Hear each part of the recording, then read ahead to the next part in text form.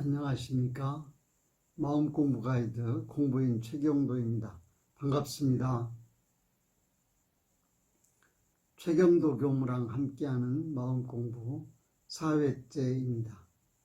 어떤 사람을 좋아하는 것도 마음이 들어서 하고 어떤 음식을 싫어하는 것도 마음이 들어서 하는 것을 보면 세상 일은 마음먹기에 달려 있어서 마음이 들어서 다 하는 것을 압니다.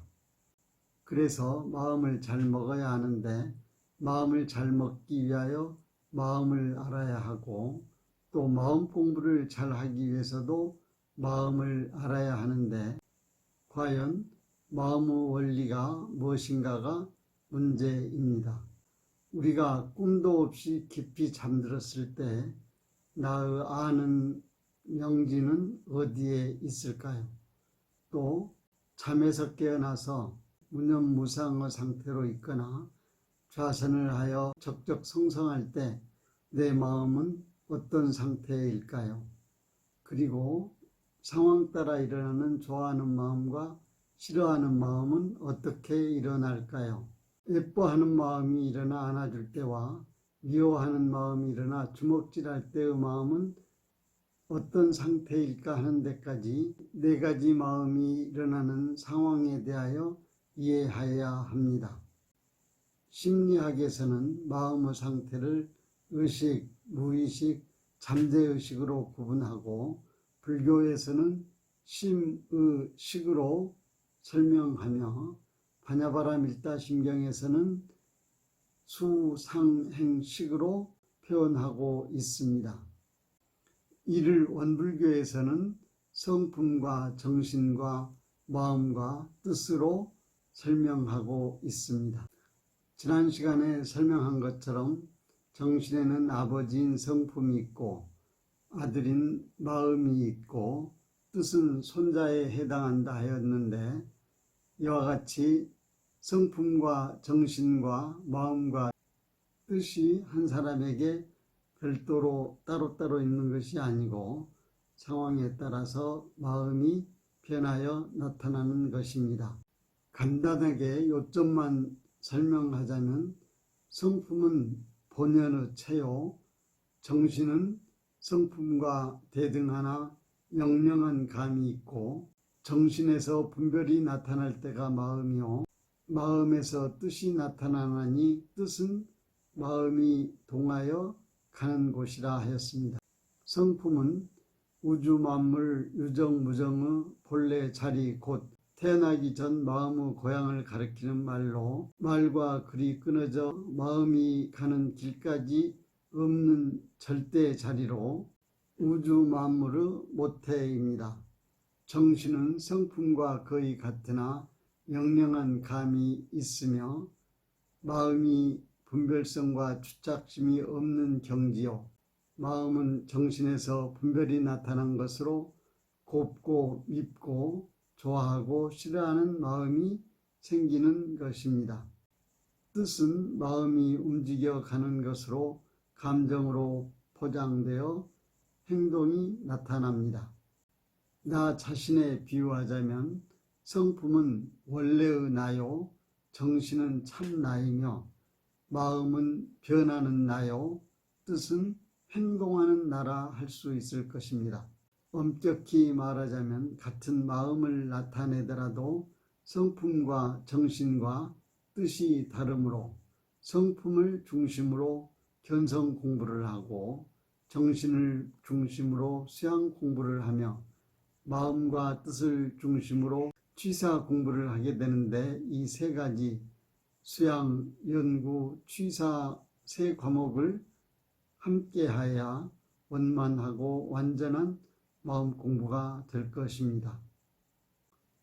마음 공부하는데 소태산 대종사는 마음은 미묘하여 잡으면 있어지고 놓으면 없어지나니 챙기지 않냐고 어찌 마음 공부를 할 수 있으며 정산종사는 마음은 오래되면 풀어지기 쉽고 경계를 당하면 흔들리기 쉽다 하였습니다. 그렇다면 마음의 성격이라고 하기에도 적합하지 않지만 마음의 속성을 어떻게 설명할 수 있겠습니까? 마음은 첫째 비물질입니다. 우주 만물은 물질과 비물질로 나눠 볼 수 있는데 마음은 비물질이므로 그래서 냄새도 없고 소리도 없고 모양도 찾아볼 수 없습니다. 둘째, 마음은 대상을 아는 기능을 합니다. 우리 앞에 나타난 물건이 눈이나 귀나 코가 있어서 아는 것이 아니라 마음이 들어서 안다는 것으로 사람이 숨이 끊어지면 눈이나 귀나 코는 그대로 있지만 보지도 듣지도 냄새를 맡을 수도 없습니다. 셋째, 마음은 대상이 없으면 일어나지 않습니다. 마음은 목전의 대상뿐 아니라 마음속의 대상이 없어도 홀로 존재하지 않습니다.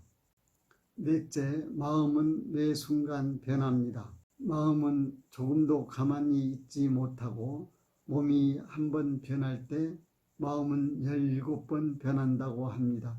그래서 5만 가지 생각이 있다는 말이 있습니다. 다섯째, 마음은 한순간에 하나입니다. 감각기관이 감각 대상과 마주하였을 때 한 가지 마음이 일어날 뿐 두 가지 마음이 일어나지 않는다는 것입니다.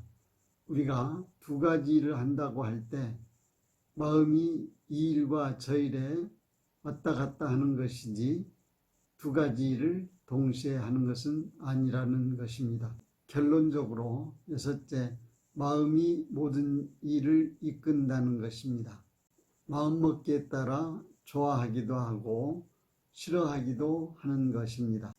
이상으로 마음의 네 가지 모습과 마음의 속성에 대하여 설명하여 보았으나 마음에 대한 의문이 속속들이 풀리지는 않았습니다. 그렇다면 마음의 원리에 근본적으로 어떻게 접근할 수 있겠습니까?